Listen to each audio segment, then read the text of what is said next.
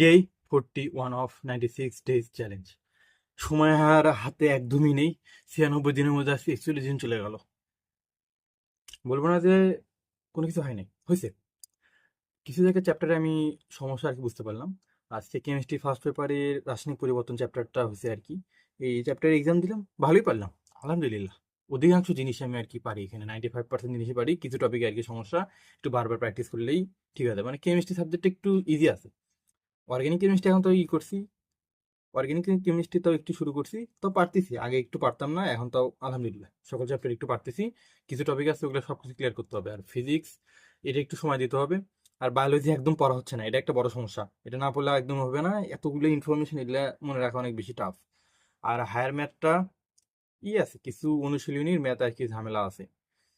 আর ICT, এটা programming practice করতে হবে। সবকিছু ঠিক হবে ইনশাল্লাহ কালকে, আর সময় নষ্ট করা যাবে না। Anyway, thanks for watching.